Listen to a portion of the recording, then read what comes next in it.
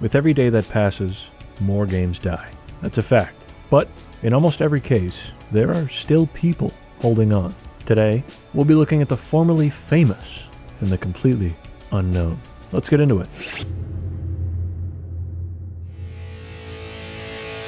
I have somehow, some way, gone my entire life without ever, not even a single time, hearing about, seeing, or playing Toontown. Not until very, very recently did I learn this was a thing. I have zero experience with it, I don't know anyone who's played it, and I have absolutely no idea what to expect, as I've still never seen gameplay of it. I've checked a couple screenshots, and that's it. Now you might be saying, bro is lying. Why is bro always telling fibs? But it's true. I was a Club Penguin OG, not a Toontown goon. We're going to be playing Toontown rewritten for this, because Toontown the original got nuked out of existence by the Walt Disney Company. And while rewritten has a decent player base, the aforementioned nuking is the primary reason I'm looking at Toontown in this series. This game has legally not existed in like 13 years, and at any point, the House of Mouse could pull the plug on rewritten.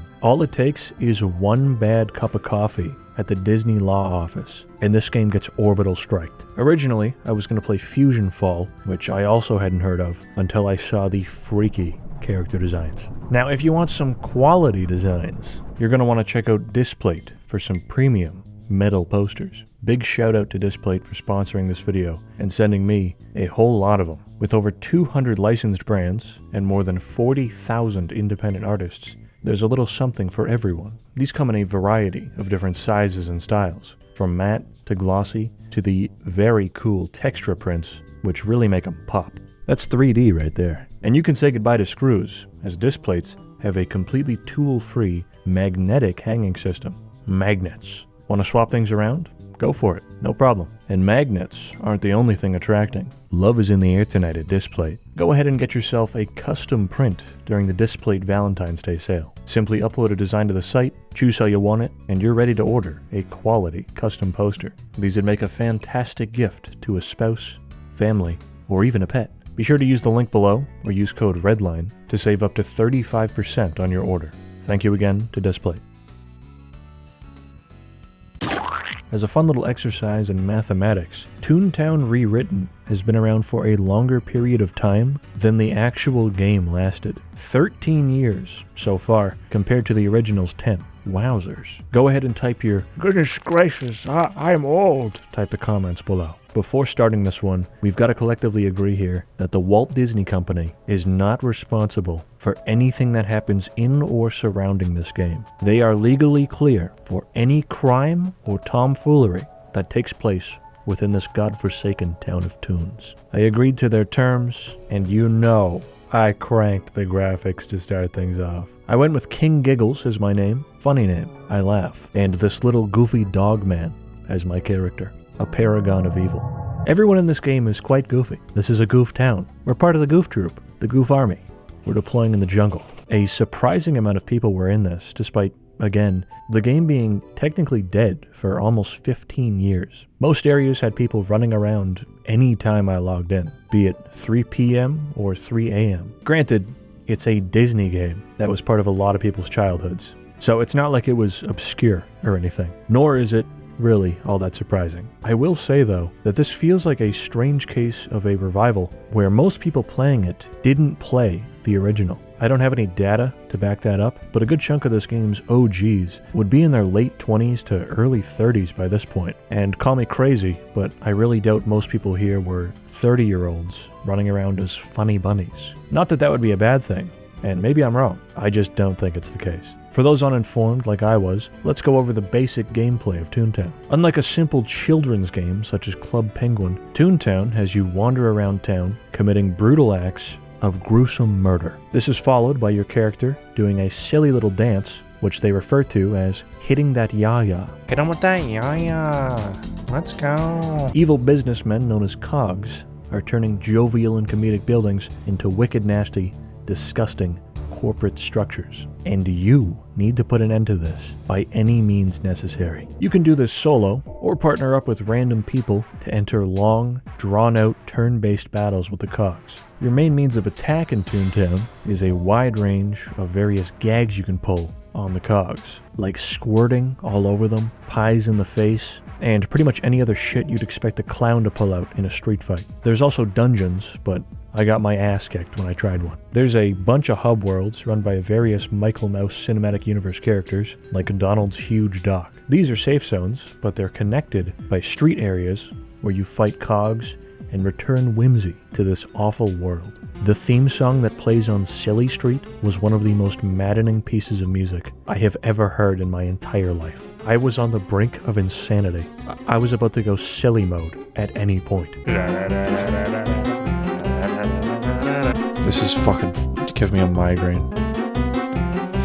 Song sucks. This is music that murderers hear in their head. I was doing a few of the game's starting quests and met up with the main man Flippy himself. Don't trust a single word this son of a bitch tells you. He's a backstabbing, manipulative, dangerous individual, and he's also the new mayor of Toontown. Of course, he only gained the position after sending Mickey on a trip to Belize, and even then, he had to rig the vote. I'm gonna refrain from any major story spoilers here, so don't worry, but I will say that one scene with Flippy is legit one of the most disturbing things I've ever seen. Not just in a video game, but in any form of media.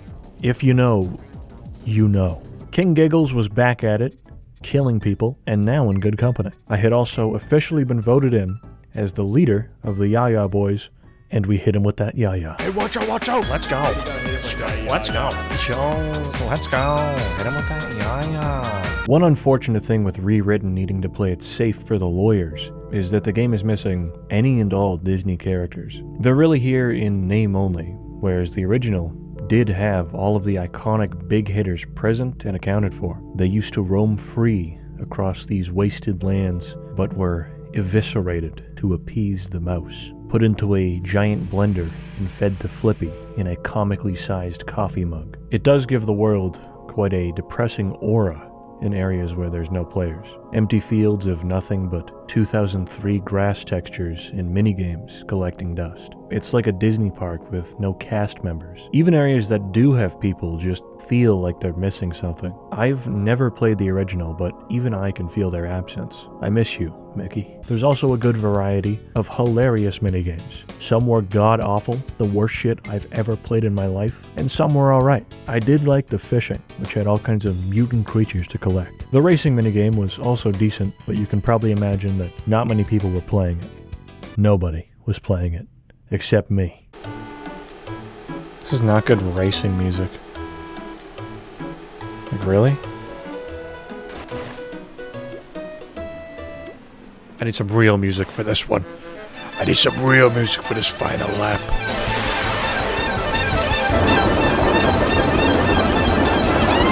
I was checking for events on their calendar and noticed that they seem to have planned things quite far in advance. I want you all to write this down, mark it on your calendars. Be absolutely sure to join in on January 2nd, 2077 for Silly Saturday. Alright guys, it's time to get serious. I've got some criticisms. Things aren't all sunshine, rainbows, lollipops, and gumdrops in Toontown Rewritten. The last thing I was expecting this game to be was an extremely grindy JRPG, but that's what it is. Just for an example here, the game sums up your progression at the end of every battle, and one of the people I teamed up with had to use a specific gag attack 6,000 times to level it up, if I'm reading that correctly. Also, while the yahyah dance is very funny, I'm a big fan, you have to sit through the entire thing, all 15 seconds of it, after every battle. Really, my main issue with Toontown is just that the game is slow. Slow to walk around in, slow battles, slow progression, even the racing is slow. This probably would have been a lot of fun,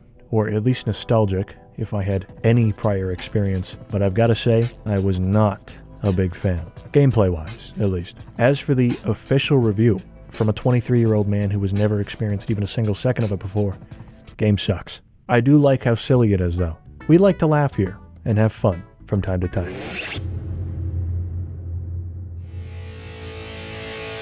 UTHERVERSE is an online dating social platform from 2005. This game has graphics in 3D. Fun fact, this is actually Ryan Gosling's favorite game. I learned while making this that it's getting a Steam release in the near future, and to give you an idea of the game's contents, Steam literally will not show me this game, even if I have all filters turned off. I can't even show you an image of the Steam page either. This video would instantly get taken down. The first thing you're likely to notice on their website is the giant banner at the top promoting NFTs.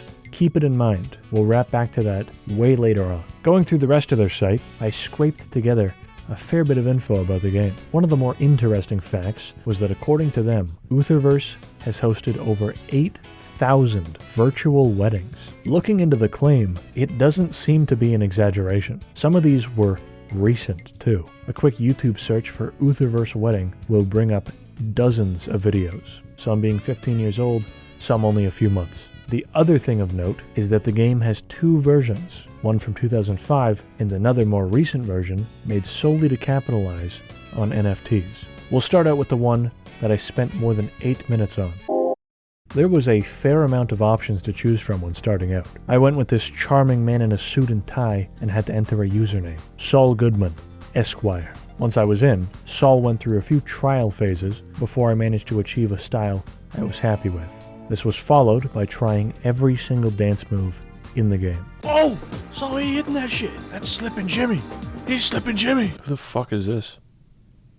Get the fuck out of my fucking montage, bro. There were also some freaky looking furry avatars. I made a Saul Sona and it looked absolutely devious. Of course, my first move as the good man himself was to sit in a hot tub fully clothed, getting shit-faced on red wine. Since I had absolutely no idea what I was doing, I figured that I'd head to their events page, find a few I was interested in, and I'd join back once they started. To my surprise, there were a shitload on the schedule. I can't show you what most of these events were, but there were a lot. Granted, I have no idea how many people actually show up to these. They might be empty, or they might be thriving. We'll have to see in 14 hours.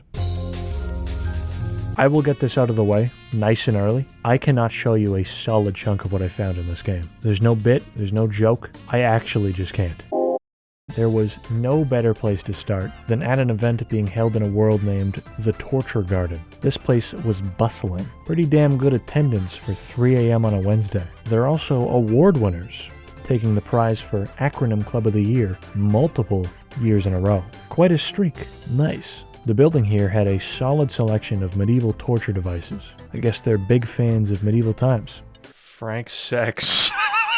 No way. You tell me Frank Sex is here? Like a lot of games, this one lists out areas ordered by player count, and after the top 4, it is just a complete wasteland. And most of the time when checking these smaller worlds, those players were just AFK.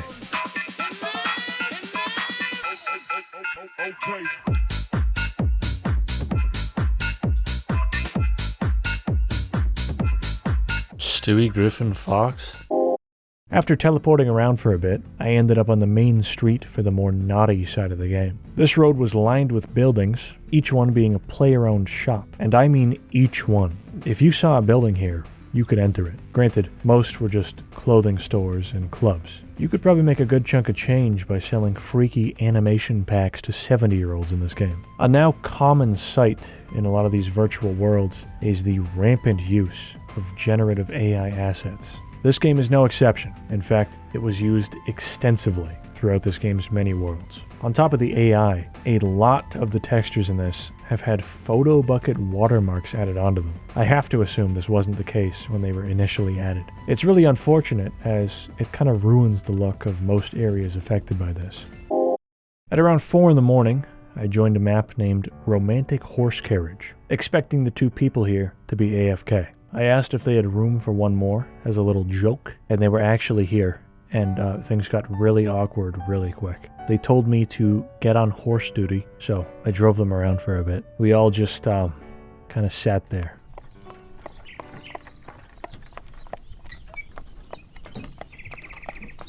At one point, the guy did ask me if I was game. I told him I was in the game and left. Pap World. The Cathedral of Sin. Not the watermarked. Oh my god. Why is it all watermarked? Shout out to Photo Bucket. We were now in the official UTHERVERSE Museum, which went over a bit of the game's history. They seem to have given up once they reached 2011 though, so there's not a ton to see in it. A lot of it also uses a now-defunct slideshow viewer for most of its images. Despite all that, I did learn some interesting things here. For one, I mentioned the wedding counter they had when discussing the main site, but in the museum, they also listed out the amount of divorces. Divorce. Also in here were links to something called UtherTube. They tried to, make their own competitor to YouTube back in 2009. The site is obviously down now, and sadly, I don't think anything functions on it on the Wayback Machine, but holy shit. Say what you will about this game, they've got ambition. The rest of the museum was mostly random screenshots and links to videos from 2007. Also a lot of stuff I just can't show. For some reason, upon spawning into this one, I had the power of flight, so I Saul Goodman flew through the level geometry to find the lovely couple somewhere on the map. Saul Goodman's speedy justice for you. They were aggressively cuddling in bed, really going at it, and the man asked me, "You here to see Anna?" Nah bro, I'm just gaming. Game crashed. No, what? I got kicked. Bonsoir, good man.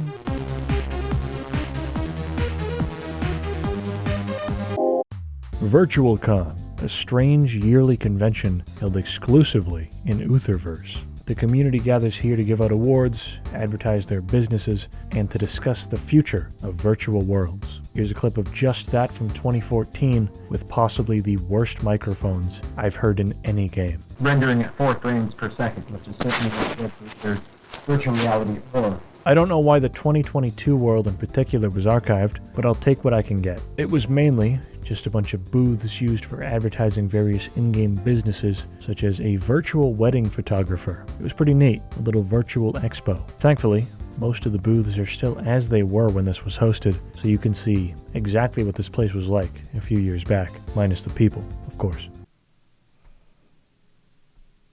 You can't park there. The contrast between the game's kind of chunky 2000s graphics and the weird AI art and modern textures give this whole world and really the whole game a very strange feel. It is two eras colliding artistically, and it does not feel right.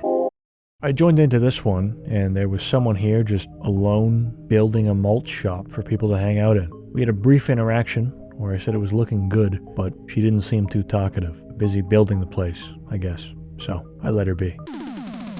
I've played enough UTHERVERSE at this point where I can pretty confidently say that this game's entire player base seems to be almost exclusively located at parties and events in the game's various clubs. You will not find anyone while randomly exploring elsewhere. Let me tell you though, I was very excited when Hank Hot Rod accepted my friend request. Highlight of my night. For the most part, the parties are just kind of lame. The chat for the few I attended had people saying hello to anyone who joined, giving hugs, and had maybe 1 or 2 people actually talking. Some had live DJs, which is something, but that is about as interesting as these got. Well, except for this one. Goku, SpongeBob, Shrek, Papa Smurf. This is my kind of place. Ain't no way Saul's smoking the good shit on Tatooine. Oh, do I just have this forever? Saul smoking the good shit on Tatooine forever? That is not Darth Vader. Bro, that is not him. I didn't want this to be all fun and games and gooning, so I had to check out the Slavic Cultural Center for some educational content to balance the scales. I learned a heck of a lot. Football. Wow. Right when I joined this one, I encountered an entity which disappeared as soon as I got near it. Could this perhaps be an evil spirit? I don't know, but I'm afraid. This building had a whole bunch of storefronts and advertisements for UTHERVERSE businesses throughout it. This game is seriously just advertisements and dance clubs, I swear to God. Most of the ads were also AI. It kind of makes me wish I had played this game a few years ago. I just get sad when I see a crusty AI image instead of a shitty Photoshop, and things are only going to get worse from here. What's Will Smith saying? Don't chase people, be yourself. Do your own thing and work hard. The right people. Shut the fuck up, Will Smith. The building had a bunch of doors you could go through, which would take you directly to specific stores and clubs. But this one, in particular, caught my attention. The Memorial Garden.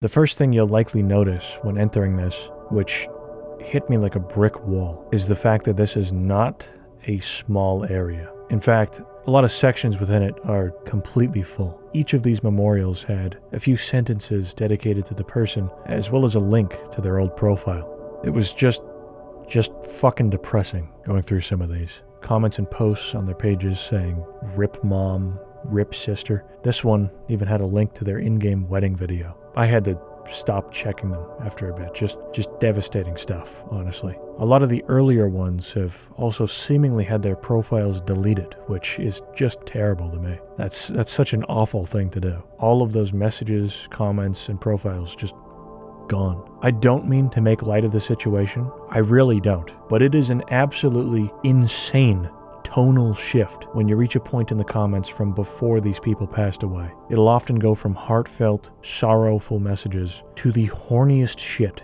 you've seen in your life. I've never seen anything quite like it before. Vancouver was another Main Street area, but this one being much safer for work. It was on this street where I found the chapel where their iconic virtual weddings are held, as well as the Hall of Justice, where their iconic virtual divorces are held. Moving and grooving around the courthouse's Saul, it just felt right. Hello. We're all very happy to be here tonight. First of all, I'd like to introduce my boys. This is Chucko, and this is Buster, and this is Pete. I'm David Lynch, and this is Bob, and this is Dan. The biggest building in the area was an art gallery. You can probably guess what kind of art was inside. The place was completely filled with nothing but AI schlock. It sucks too, because this one actually had an interesting backstory. Apparently this is based on a real building, and back in 2009 they did a kind of real-life in-game crossover event. They had cameras set up in the real-life exhibit, broadcasting directly to screens set up within UTHERVERSE. And in the real-life version of the building, they had computers set up with UTHERVERSE running, as well as screens broadcasting footage of what was happening in-game. If you were there, you were present both physically and digitally. That's really cool. An actually interesting art project, and it's long gone in favor of this shit. What I thought at first to be a silly Batman map was actually a quite sad but beautiful location. The map was dedicated to a player named Batman JLA, who had passed away back in 2015. The guy's name was Bruce Wayne in real life. That's badass. The whole area was filled with stuff he was into, mostly Batman related, as well as a few screenshots he took with friends. A lot of these pictures and tributes were from what looked to be a good friend of his named Gabriel 007. Tucked away in the corner of this world was a secondary tribute to Gabe. The photo bucket watermark on the tribute image is outrageous. That is terrible. I do not understand this game. Like, it is an intimate cuddling game through and through that is completely unavoidable. Despite that, they've made attempts to break into the online education scene. This shit had a whole website dedicated to it, a trailer, schedules for classes, teachers, and an entire campus. I don't think any of it has been used in years. I don't even think this had a separate client or anything. So while you were on your way to class, it is entirely possible, likely even, that you would see multiple hardcore roleplay events going on while you were trying to load into the academy. UTHERVERSE crashed while loading a new map, and I was kind of sick of it at this point, so it's time to move on to the famous NFT version of the game. The models on the NFT game's website look incredibly uncanny. I don't know if they're AI or what, but there's just something that's off about them. I'm getting a fight or flight response. I claimed Saul Goodman as my name, downloaded all 35 gigs of the game, and I was in. This game looks like shit, plays like shit, and is shit. The character creator was absolutely abysmal. Look at this thing. But it did have a couple new dances. I'm not exaggerating. This might actually be the worst game I've done for this series, and nothing else even comes close. I don't even want to give this one the time of day. Neither does anyone else, as literally no one was here except for me. I figured I'd check out at least one world just to see if maybe this had anything of note and got into a club. There was a live DJ on screen, and they shut down their stream as soon as I got there. I was well and truly alone at this point. Also, my HUD stopped working and the game sucked, so I Alt F4'd and uninstalled it without a second thought. There's a solid chance I already mined a good chunk of Bitcoin for these people by playing for as long as I did. Their NFT token has dropped in value by over 90%.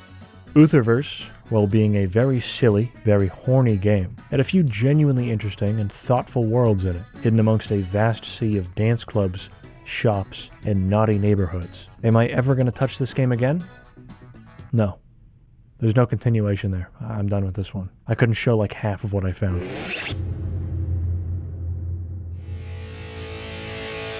There is an entire world out there of online educational and business games that you've likely never heard of. Sure, there's the obvious ones, like Mark Zuckerberg's little multi-billion-dollar VR metaverse endeavors, but that is merely the tip of the iceberg. Throughout my time looking for abandoned and dead games, I have come across a number of these. Having said that, not once, not until today, have I been able to give one a proper look. For the most part, they're locked off to companies and educational institutions. This game, however, Engage XR, was the first one that I could freely look around. I didn't expect to spend much time on this one, and yet it wound up being my most played game of the video. What I ended up finding may disturb you. Viewer discretion is advised. The easiest way to describe Engage is by saying that it feels kind of like an educational version of VR chat. There's a variety of different worlds you can visit, user-made events, and even a few minigames. And, well, that was about the extent of my knowledge going in. That, and the fact that a subscription to access most of its content is $190 a year. The website here is pretty upfront that this is primarily a game meant for education, with a side of business as well. I guess they spun up a contract with Kia, having a full-on VR Kia dealership experience. It is also 100% all in on AI, to an extent I have yet to see in any other game. It's ridiculous. We're talking full real-time world and asset generation using AI prompts. And if I'm not mistaken, this is really the first game we've done that's using AI to this extent. Fully AI NPCs, levels, and probably more. One of their big advertised worlds on the site was a Benjamin Franklin experience, where you could talk to an AI replication of the Big Cheese. How much did that... Could you repeat that, please? Oh, shut the fuck up. Burger? Could you repeat that, please? Burger. Quarter pounder hath a robust and hearty sound, but I find myself leaning towards the merriment of Big Mac. For its whimsy. Also on their site was a showcase of an event they held a few years ago, which was absolutely without a single doubt their peak, and they will never reach this height ever again. A live Fatboy Slim concert experience in-game. This is some Fortnite shit. The final thing of note was an events page, which seemed to be pretty active. No Fatboy Slim in sight though. I figured I'd attend at least a few of these, including an event being held by the director of the Swedish National Space Agency. Before any of that though, I had to make an account. Here's what's gonna happen. I'm gonna download Engage XR, I'm gonna sign up as Mike Armentrout, and I'm gonna take a look around. I went ahead and made myself the best Mike avatar I could. It's not perfect, but I worked with what I had.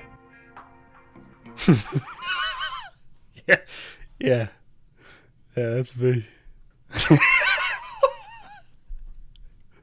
Yeah, that's me. Let's see, it should be a good... Yeah, that's the one. Here's what's gonna happen. You're gonna play Engage XR. You're gonna have a great time. After the creation of Mike Kind, I was placed into the game's Central Plaza. It was early January, so they still had Christmas decorations up, including a fully AI Santa Claus NPC. I told them I was heavily involved in organized crime and was given an exclusive Santa hint that doing so pushes me towards the naughty list. Just a bit. Little bitch. Bitch. Bitch. Little bitch. Bitch. After the starting area were a handful of different plazas, which held a number of portals within them. Their educational plaza had a solid number of worlds to visit, a true metaverse. All kinds of businesses and universities were hosted here. My first stop was to Miami Herbert Business School's online Metaverse University campus. This place had a bunch of introductory videos you could play as you walked around, and it was just a flood of non-stop business, stock market business, educate business, recession, growth, metaverse innovation, business, corporate speak. They also had an interview with the CEO of Blackstone. This game officially has ties to Blackstone Incorporated. The rest of the Education Plaza had a lot of similar areas to that, around 10 to 20 in total, some with a bit more, and some were entirely unfinished. They also had the first actual AI assistant bots, which were very weird. Eagle! Eagle! Eagle! Eagle! Hey there! It looks like you're feeling a bit playful with words. Eagles are such Eagle, majestic shut birds. up. Are you curious about something specific? Like how we can elevate... Eagle, tell me 15 eagle facts and make sure they're long. Kevin, Eagles if are a bald powerful flyers, Kevin, capable shut of up. reaching Kevin, if a speeds bald up to eagle is 75 attacking miles you, per hour when do you diving. think you could fight it off?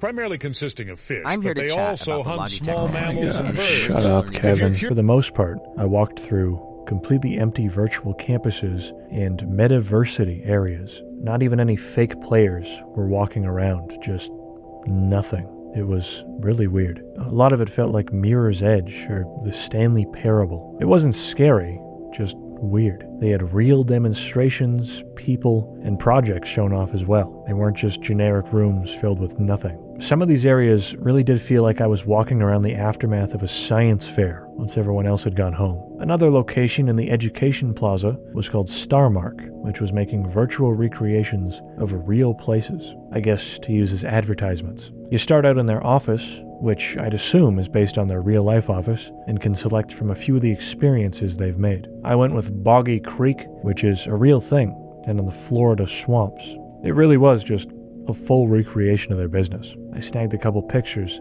and left. Greetings, fellow Metal World travelers. In 1832, Sir Charles Wheatstone, and so as you can see to our left, we can enter a city of Rome or explore Pompeii. I have a feeling that something very bad is about to happen. We need to get out of here. Let's get out of here.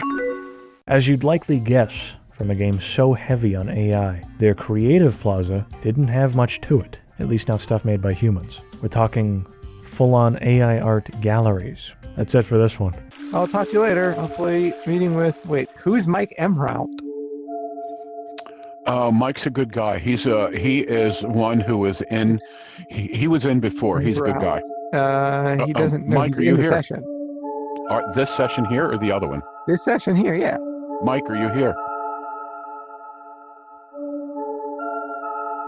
Mike, how are you? What are you doing there?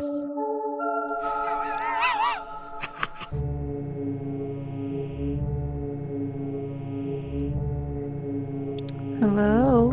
Business, enterprise, business, money.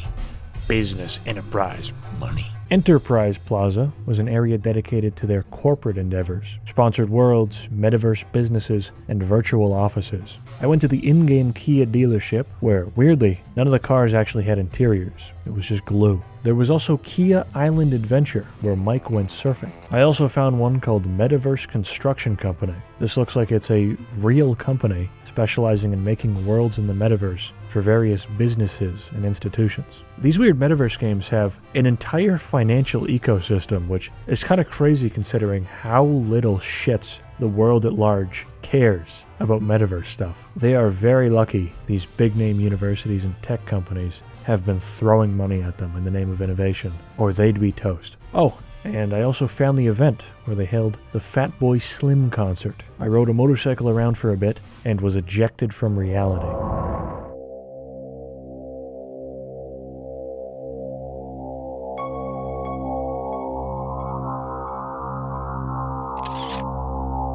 Yeah, it's just mind. So the aim is to bring the attention back to the inside of the left big toe.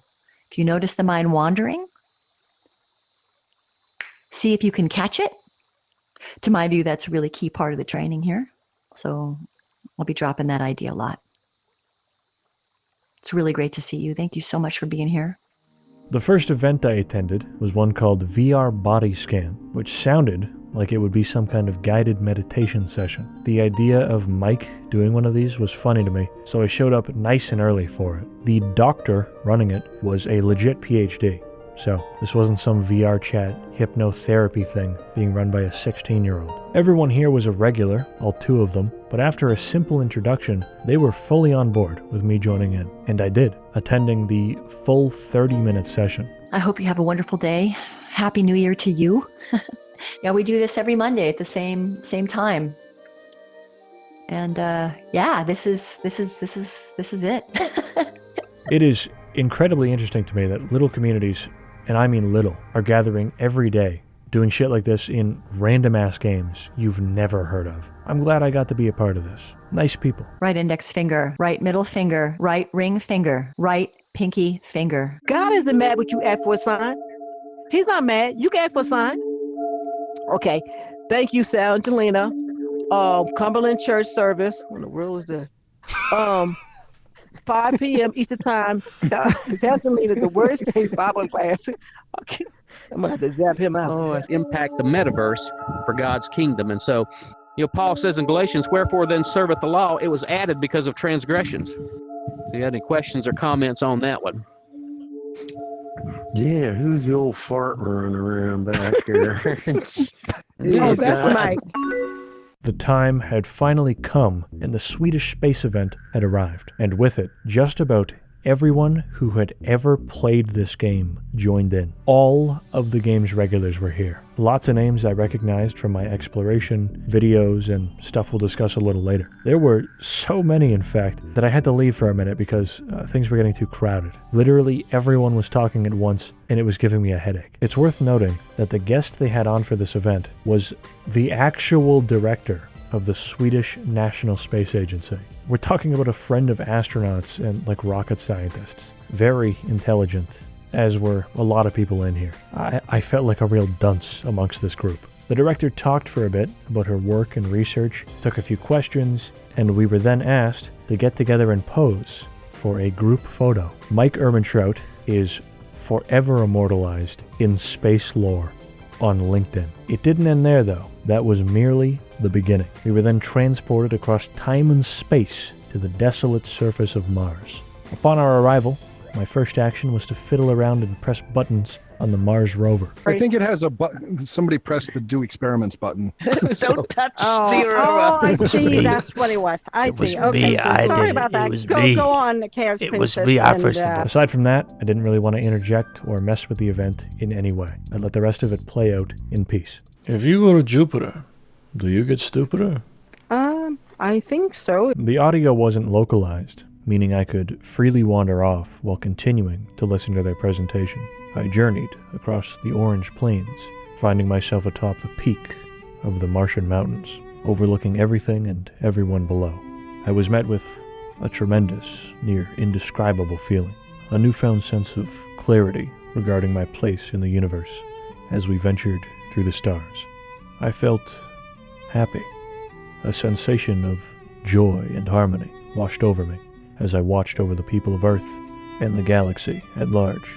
I was filled with hope and optimism for our collective future. My sincere gratitude goes to the people of Engage, as well as the director, as this ended up being an experience that truly shaped my perspective on life, as well as my own place in the world. Later on, while checking the LinkedIn post about the event, I learned that I was not alone. Dude, somebody was like stalking me. What the fuck? When did this happen? Diane, it is 4:22 a.m. There's an emoji scavenger hunt happening on Engage. There are 20 people here. I need to see what this is. We're going to end Engage at the beginning by going over how I found it in the first place. The thing is, with everything I'm about to discuss, is that I do not remember how I found any of this. It's a complete blank space in my memory. I think it came to me in a dream. At some point over the past few months, I stumbled across a YouTube live stream for something called The Pollies. It was a VR award show, and not an award show in VR. It was made specifically to promote exceptional VR creators, mappers, designers, and community members. And it wasn't some small thing either. This show had a full in-person audience attending, multiple cameramen, audio and video engineers, hosts, and all of this was being done live to an audience of maybe a couple hundred people on YouTube. An absolutely outrageous production value to viewership ratio. And despite that, they'll be doing a 6th annual event this year. This event wasn't specifically about Engage, but VR as a whole. There was also VR chat stuff and showcases on other educational VR platforms. Before watching this, I had no clue what the fuck Engage was, and I was just kind of skipping through the award ceremony. When I saw Engage on screen, I thought it was kind of funny looking, so I started listening in to hopefully find out what game it was they were showing off. The section I ended up tuning into was a speech honoring a deceased member of the VR education community named Daniel Dybowski. And it wasn't just a speech, as they showed footage of when they gave him what they called a celestial experience. I don't even know how to begin to describe what this was, but I will certainly try. Daniel was given a full-on ceremony within Engage. Over an hour of speeches and slideshows were held, celebrating his life, friendships, and career. This was followed by his in-game avatar appearing at the event, with everyone gathering around and giving him one final warm embrace. He was then given what I can only describe as a cosmic cyber Viking funeral. His avatar was placed onto a boat with all attendees following behind in separate vessels. Everyone in attendance slowly followed behind as he drifted out to sea. The music swelled as Daniel and the others were shot up into the cosmos, a miniature of our own universe, and watched as Daniel was sent off into the far reaches of outer space.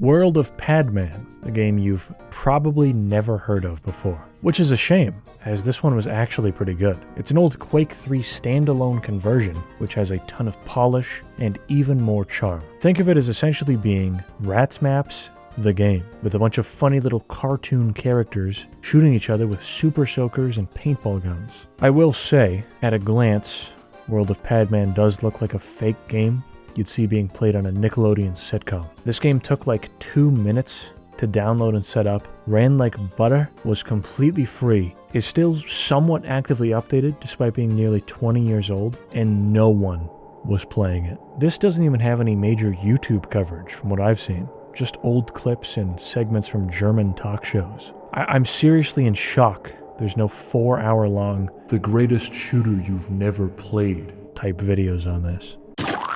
The first thing I saw on their website was that they have a monthly event called Pad Day on the first Sunday of every month. I don't really expect anyone to be there, but I'll check it out. Really no reason not to, as it was only 2 days from now. The site was also actively being updated and maintained. This was in early January, and it was updated for Christmas. It even had a news post only a few weeks beforehand. Despite that, community hubs like their subreddit were completely abandoned. Not a single post there in years. The game is in a weird sort of limbo state, where it's both dead and alive. They keep things active on the site and with blog posts, but is anybody actually around to see any of it?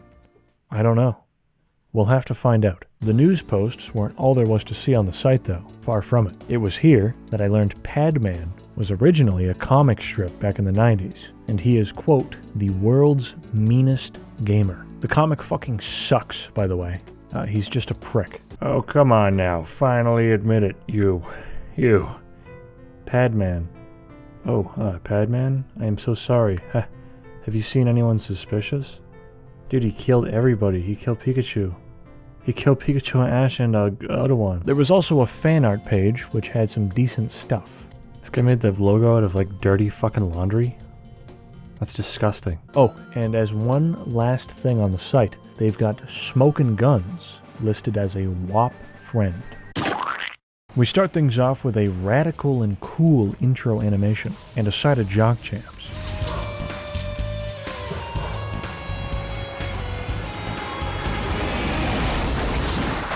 First up on the agenda was customizing my pad people. I went with The King Gamer as my username, and of course, I had to go with The King Padman after that. I had no idea he was an option. The name was pure coincidence. They had a whole bunch of different characters here, and I don't think there's any difference between them aside from visuals. Whether you're Big Padman or Goth Girl Padman, they all play the same. You can also tell which ones were added later on, as the announcer when selecting them is a completely different person and the voice is not even close. Beach Pad. Monster Pad.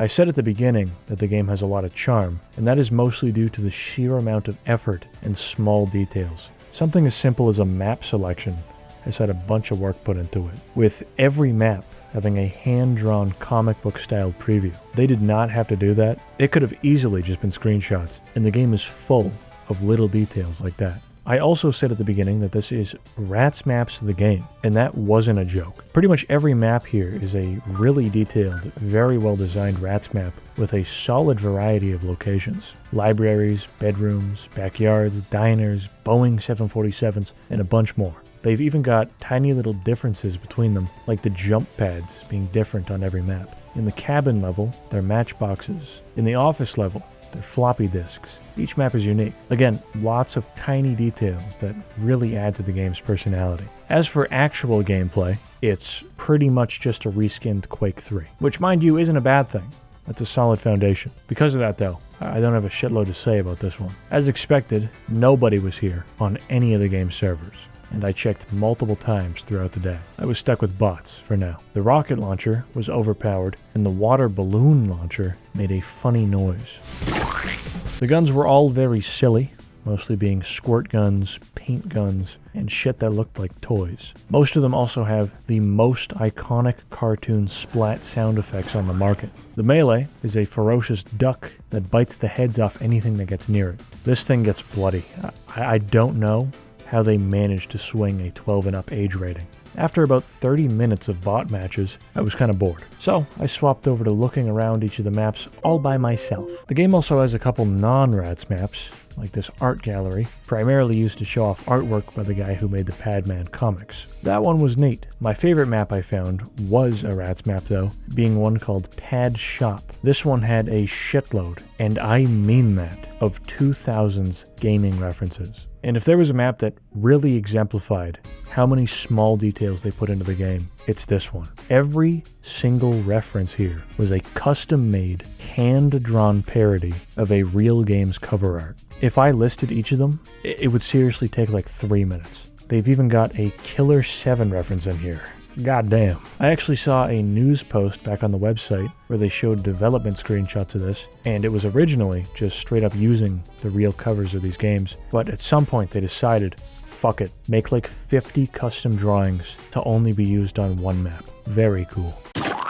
Sunday had arrived at long last, and I hopped on World of Padman for the world-famous Pad Day event advertised on their website. I was pleasantly surprised, as there was anywhere from 5 to 10 people on at any given time. Some were complete sickos dominating the lobby, some looked like they just installed the game. You're gonna have to forgive my gameplay here, as I was playing with about 150 ping. Every input had like a full second or two of delay. I was just fucking guessing where my shots would end up. The game is German, after all, and that includes the servers. There's not a ton to say about the event though. It was just some good old-fashioned multiplayer Quake 3. The best match I played here was one where everyone started off with 10 lives, and I got it all the way down to a 1v1, where both of us were down to our last life. This was it. The next kill took the game. Epic fail, epic fail. If you're looking for a free, fun, silly little game, I mean nowadays you're not lacking in options. You can play Fortnite or a million other things. But Padman is definitely one of those options. If this had been released for free on Steam back in like 2007, I feel like there'd be a decent community around it. I even heard on some random forum that was planned, but there were some issues or something which prevented it. Overall, this is quite a goofy little game, which I am utterly perplexed by. How has this never gained any major traction? Sure, it had some news segments in Germany back in the day, but internationally, this game is basically unheard of. I certainly hadn't heard of it before. Hopefully this changes things, and at least a few more people check this one out. Padman Gaming. I'm fairly certain here that I speak for everyone when I say that at some point we've all thought to ourselves, man, I wish Half-Life 1 was a racing game. Well, have I got news for you, buddy. Half-Life Rally is a mod from 2004 made by a whole team of modders, which is quite impressive for the time. The team was so big that they had one person assigned solely to handling public relations. This is one that really doesn't need too much of an introduction. Not because you're likely to have heard of it before, but because pretty much everything you need to know is in the mod's title. It's Half-Life Rally. The game is actually predated by a couple of years by Quake Rally, which is essentially the same thing, but in Quake. We won't be looking at that today though. HLR actually isn't super forgotten, with it having a decent bit of coverage over the years, but in terms of activity, this one is dead. Let's give it some life by checking it out. Let me start off by saying that getting this game to run was an excruciating process of trial and error for like 30 minutes. Installing it is fine. You just run an exe of the mod and then a patch and you're good to go. But it can never be that simple. If you don't want to crash instantly upon starting a race, it's got to be in 4:3 at a resolution no higher than 1280 by 960, running as administrator, and in Windows XP compatibility mode, Service Pack 3. Then, and only then, can you go for a little drive. Thankfully, once it's all set up, the game doesn't have any major issues. It's even got 3 servers up, which was nice. That's a lot more compared to Master Sword Continued, which had 0 after I was done with it. I'm not going to beat around the bush here. It is kind of insane that these modders just casually made a fucking rally car racing game in Gold Source. Unfortunately, I'm lacking the precision of a USB steering wheel, so I will be precisely nuking corners with WASD. The controls in this were actually pretty good, even on keyboard. It's not actually rally sim level. I mean, it's a Half-Life 1 mod from 2004, but it's still solid. It's fun, at the very least. It's certainly got better driving than Half-Life 2. Not that that's a very high bar. It's got all kinds of different maps, cars, car customization, traction level depending on terrain, and you can even drive standard. The best part though, out of everything, has got to be the funny menu sounds. The car lineup was small but solid. I mostly stuck with the Land Evo and the Subaru Impreza.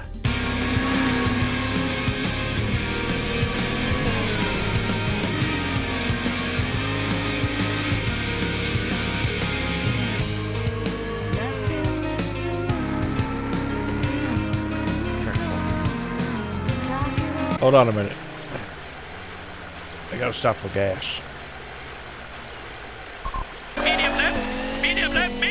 I didn't really expect much map-wise. Dirt tracks, maybe something with snow, and not much more. I was pleasantly surprised when I saw that the servers were running fun custom maps. Shit like Lego City and a few Rats maps, including one where it was a big pool table. Overall, really cool stuff. Jesus Christ. Game crashed. There's even multiple game modes, like a hot potato mode where a bomb goes off on whoever's currently tagged. I played HLR a few times across a number of different days, and never found anyone else online. Not that I really expected to, but who knows. Maybe the ghost of Mount Lego City V2 would show his face. Or Blockland, 1892. I ended this one off on a map with lava and piles of rusty metal all over the road. We were racing in hell.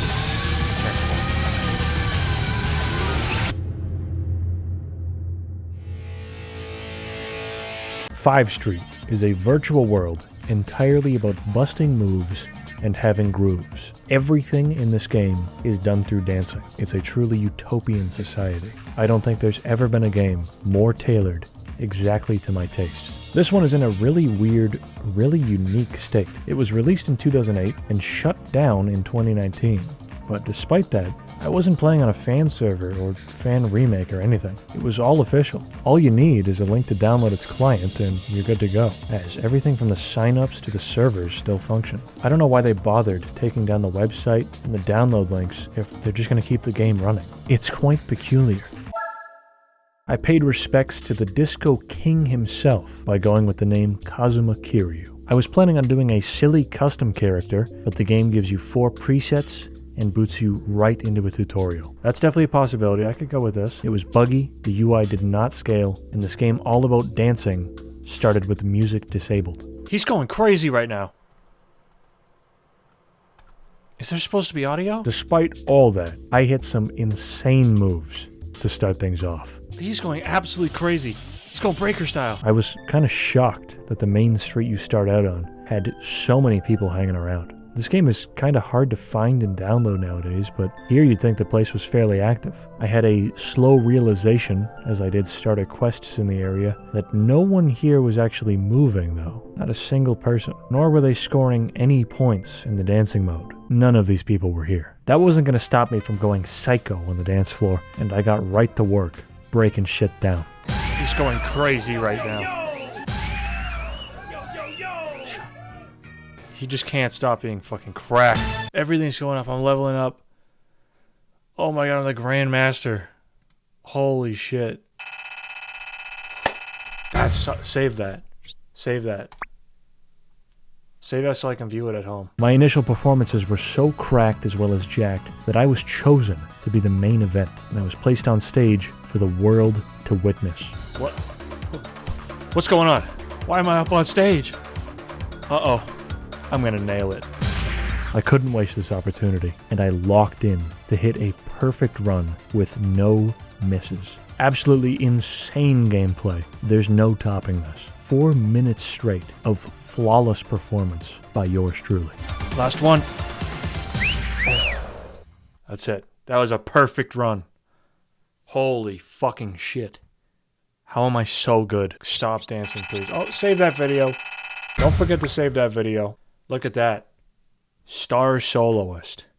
That's incredible. I took a break from hitting that yahyah to have a look around the world. This one was split up into a bunch of different maps and areas to explore, some being specifically for dancing, some for shopping, and some for virtual weddings. Another game with weddings as a major gameplay feature. They seriously take up a good quarter of the map. Within these ones, there's even a whole dance minigame set up specifically for the bride and groom. I didn't get to play it, obviously, but I did find some 2009 videos showcasing these. Back to the world of dance.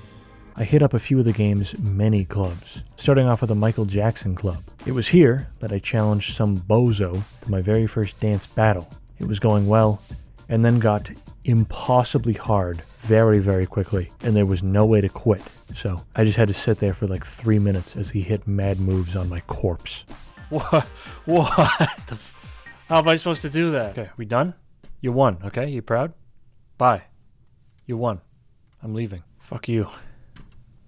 Fuck Michael Jackson. For most of my remaining time, I was going around trying to find people actually playing the game. Some of the AFK players I found had absurd amounts of badges and visual clutter on their avatars. It looked fucking ridiculous. Look at this. A few of the maps also had rows of people lined up, hitting perfect dance move after perfect dance move, all in sync. That has gotta be some kind of macro or cheat or something. That, or these are the prophesized dancing gods of 5 Street written about in the Dead Sea Scrolls. There was one instance where I saw a colorful character skateboarding down the street, but as soon as I entered into their general proximity, they stopped dead in their tracks and didn't react or respond to anything, just going completely and utterly motionless. There's only one way I know how to talk.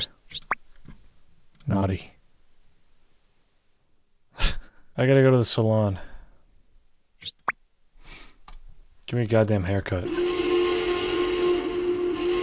I hit the catwalk after this and showed off my unique, cool style and designer clothing.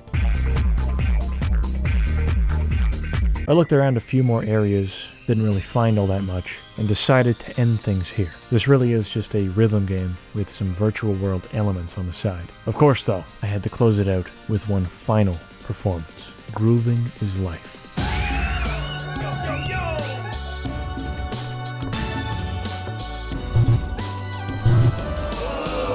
It's my last ride. Oh.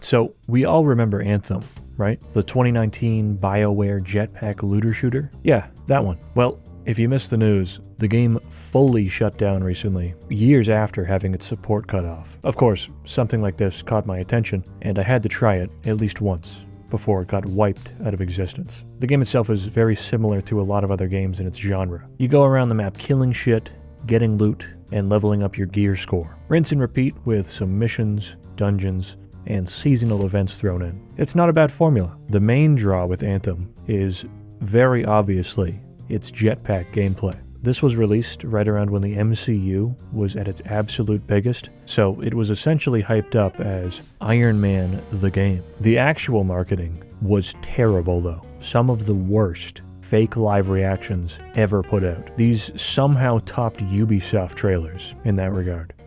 Have you been in there yet? I haven't. Oh, we should do that later with Kim. Yeah, you could use the XP. Hello, treasure. Oh, come on. Be something good.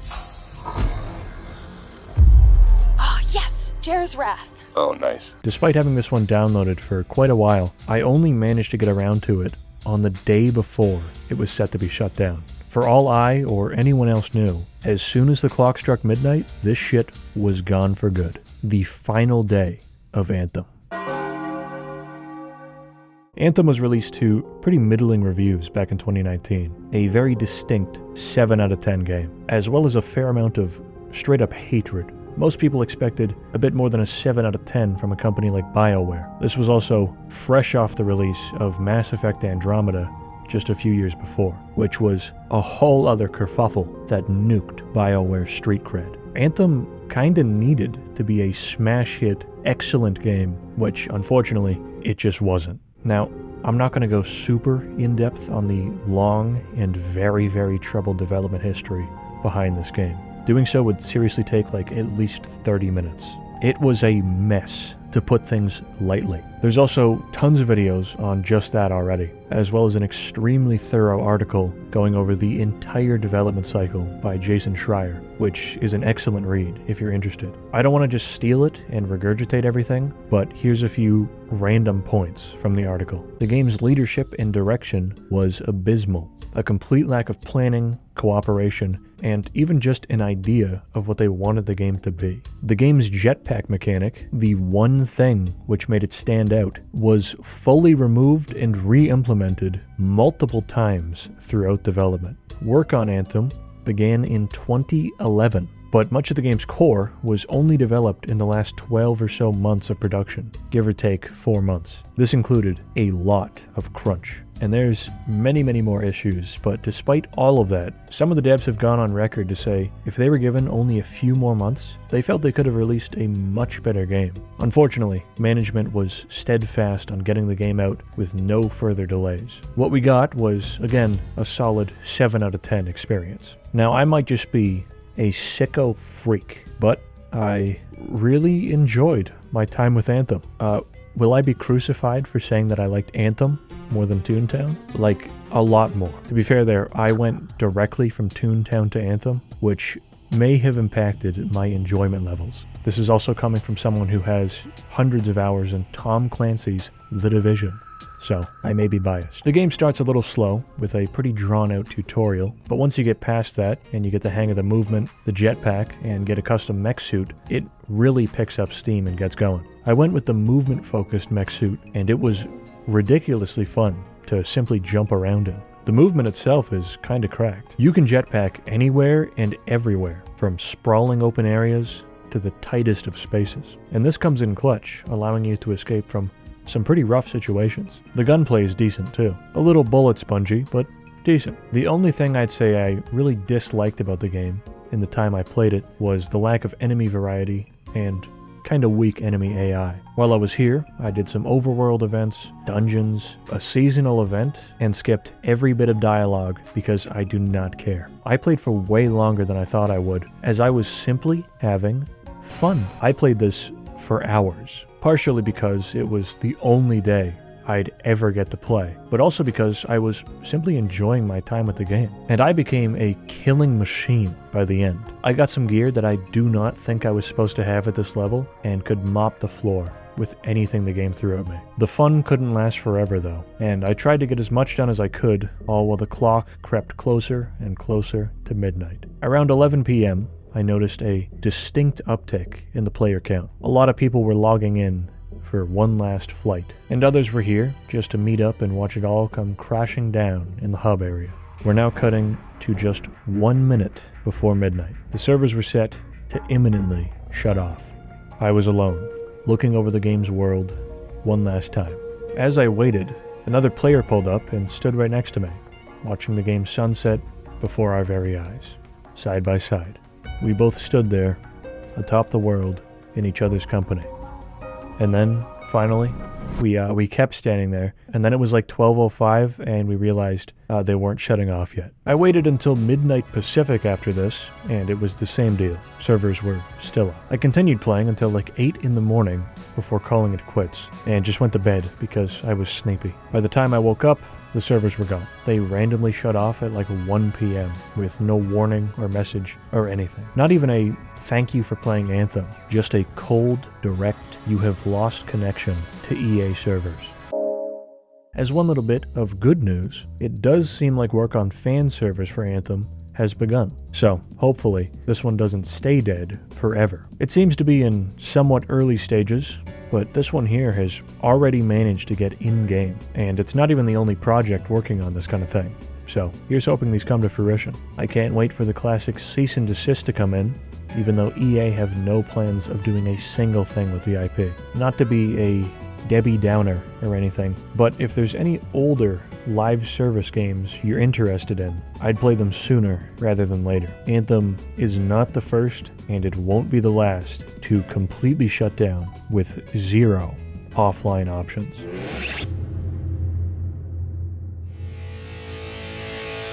Saddle up and strap yourself in, because we are now about to enter into the world-famous, world-renowned Horse Isle video game global franchise. I've been asked to cover this series perhaps more than any other games out there. No, actually, scratch that. Definitely more than any other games out there. I can already tell this one is going to be a true classic. And of course, we will be doing all 3 games in the Horse Isle saga. And there's really no better place to start than with the original Horse Isle.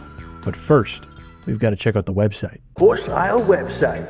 The official Horse Isle website, located at www.horseisle.com, is very simple, straight to the point, and efficient. They waste 0 time telling you what you're in for, with links to each of the 3 games. Also on the website was a self-made star rating system for things such as horse content. Horse Isle, the secret land of horses. It's got a 2-star challenge, so it's it's got some challenge, but it's not too tough. 2-star education, it's 2. You're not going to see the exact, musculature. I will say though, it's got 3 stars on horse content. That's good. That's what I'm looking for. 2-star internet required. I think I've got 2-star internet, I'd say, and I think I can run it. 2-star computer. That's the first one. Of course, also there's Horse Isle 2, Legend of the S-Rose, and look at that. Holy shit! It is 3 stars across the board. That is incredible. This might be the best horse game ever made. Without further ado, it is time to enter Horse Isle. Horse Isle 1. This is one of those classic style games, which you don't really see in the gaming landscape nowadays. I was very excited to try this one out. Classic style. I went to make an account, answered an entire questionnaire about if I should hand out my password and personal information to strangers, and I'd like to say I was in, but there was a problem. A big one. This shit didn't work. The game seemed like it was fine. I could see the menu for it playing flawlessly in my browser, the horse's beautiful mane flowing in the wind, but their registration simply would not function. I couldn't make an account. Luckily, as indicated by the star ratings, Horse Isle 1 was the shittiest, worst, most awful game of the bunch. So, it's no big deal. That's it. Okay, that's what it was. This one sucked anyways. Time to move on to the undisputed masterpiece, top tier, perfectly rated 3 out of 3 stars across the board, Horse Isle 2. Horse Isle 2. Horse Isle 2 also did not work. Horse Isle 3. I actually remember Jeff Keighley showing this one off at the Game Awards. God, what was it, like 7, 8 years ago now? It looked pretty flippin' snazzy, and I took a mental note to check it out. Unfortunately, the blunt force trauma I suffered must have wiped that memory from my mind. The very first note I took on this game while recording was simply the word breeding. all caps. Unbeknownst to me, this ended up being an almost prophetic prediction regarding what this game held in store. The time between Horse Isle 2 and Horse Isle 3's release was 9 years. That is quite a development cycle. And I've got to say, they seem to have put those years to good use. This game was a fully 3D, fully immersive horse riding simulator. I went in as my new original character, Wild Rider. After some customization, Wild Rider looked absolutely unhinged and had a very distinct chest. The starting tutorial quest in Horse Isle 3, which you have to complete before you're given a horse, is a simple mission to collect a rock or a stick off the ground. Easy. At least, that's what I thought. This fucking goddamn stick quest was one of the hardest objectives I've ever encountered in a video game. I was scouring the desert for a good 20 minutes, finding absolutely nothing. I wandered the sand dunes barefoot from sunrise to sunset, looking for twigs. This game's map is an endless desert. It feels almost apocalyptic. It's like Mad Max out here, a dystopia where horses have become the one and only desire of mankind. Children are biofuel, which keep the stallion economy flourishing. A new dawn has risen, one in which only the studs will survive. While I was out in the desert, I also did a few of the game's little side activities. I figured I might as well get a head start on stacking piles of cash. This mainly came in the form of anagrams and math puzzles to solve. Pretty light work for me, as I am the master of puzzles, as you're all well aware by this point. Decode this easy anagram. Anagram solver. Multiple words. Effort gains reward. I'm just fucking so good. I ended up finally finding a stick and got squawked at by the awful, terrible, no good tutorial bird that I hold an immense, passionate hatred for. I was forced to endure its pitiful ramblings for quite some time before I could finally get back in the saddle. Hello, hello, hello. Beginner bird here, BB for short. BB is here to help you learn about the game. BB help you learn the very basics. What's going on? I remember you from Horse Isle 2. How do you remember me? I didn't play that game. You fucking liar. After roughly 30 minutes, an entire desert, and a game crash had passed, I was finally blessed with a trusty steed. It was a basic, shitty horse that I didn't even own, having it on loan for just a week, but it was enough. I could finally gallop to my heart's content. But the thing is, I wasn't content. I needed a horse that I could truly call my own. So I set out to wrangle one up, cowboy style. Unfortunately for me, the wild horses in this game are slippery little rat bastards who sprint away at 1,000,000 miles an hour if you mess up one too many times. And if you couldn't guess, I messed up one too many times. Now, as for players, the game said it had around 50 people on, but based on my experience here, a good chunk of them seemingly just have it running in the background while they're doing other stuff or sleeping. And that's not a guess. I was just straight up told that by one of the game's regulars. The players that were here also weren't very talkative. I'd try sparking a conversation only to be met with a short, quick response, and then they'd just leave. They were too busy breeding horses to deal with the likes of me. From the top rope! Boom! One of the people I came across had it listed in their profile bio that they worked in horse breeding in real life, specifically with those funny little mini horses. Almost every other profile I checked, at the very least, had horse breeding as their primary interest and the reason they were even playing the game. I don't think it's absurd to say that a good chunk of this game's player base are people actually interested in shit like horse breeding in real life. I'd guess it's a similar thing to truckers getting home and launching Truck Simulator with a full rig setup, or like pilots playing flight simulators. Just a true love and passion for what they do. Except in this case it's breeding. I figured I'd leave for now and wait until a primetime hour to get back on, and hopefully meet some people. I left and made some pancakes. They were really good. Horse Isle 3. Returning to the wild wasteland of Horse Isle 3, I seem to have joined directly into some kind of competition completely coincidentally. There were also around 150 people online, so things were quite a bit more active. 10 horses were up on a podium with anywhere from 30 to 40 people in attendance, bearing witness to their judgment. I sat, observed, and stayed quiet for the time being. It was going fine until some random asshole walked up to me, called me scary, and then faded away into nothing but a sparkling white mist. What a prick. We take a minute to appreciate how lucky we are to be here today with such beautiful horses. I mean, wow. Wow. You're all so lucky indeed. Beautiful horses and stunning tack. Excellent. Buck? This guy's buck nutty.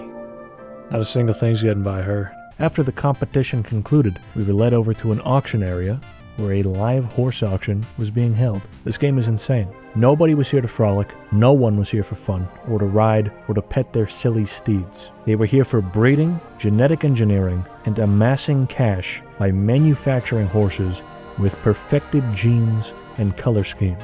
The first horse up for auction seemed like a fine addition to any collection. Unfortunately, time was ticking down and kept on ticking down, all as the potential buyers remained dead silent. It galloped around the ring in a continually more panicked state, met with nothing but a circle of blank, expressionless stares. I don't know why, but somehow, some way, I could tell that deep down in its grapefruit-sized brain, it knew on some level what was happening here. I felt bad for it. A mere digital creature, but something within me yearned to see it find a new home. I'm sorry, my friend. You're off to the glue factory. I lost connection after this, but that auction crushed my spirits, and I made the decision to end things here. The end of Horse Isle. On a serious note, none of this was meant to call anyone into this stuff a sicko freak or anything. I just thought it was funny. This seems like a swell game for people into this kind of stuff, and it's nice that something like this exists for them. Pretty much everyone here just seem to want to make cool and nice-looking horses, and that's alright. With that said, this is unfortunately the last time Wild Rider will ever be seen in this game. He's dead for real. Well, fellas, that's going to be a wrap on this one. We saw a lot of cool shit today. It was... Wait. Hold on. Wait a minute here. Hold on. Wait. I just heard they've got golfing in Toontown. I sprinted over to Chippendale's golf course. Nobody was there, and I hit the mean greens, starting off on the hardest course there was. That is near flawless. That's an eagle. That's the spot right there. Nuke it. What? That's right in. That's a hole-in-one. That's a hole-in-one. Come on. That is a motherfucking birdie. That is a birdie right there. Under par. The hardest course in the entire game. That's a courses completed trophy. That is fantastic. This experience has completely changed my perspective on Toontown to the point where I have to go back and right my wrongs. The official re-review from a 23-year-old man who has never experienced even a single second of it before. This is one of the all-time greats. Potentially the greatest game ever made. I love Toontown. It's the best. Don't trust Flippy.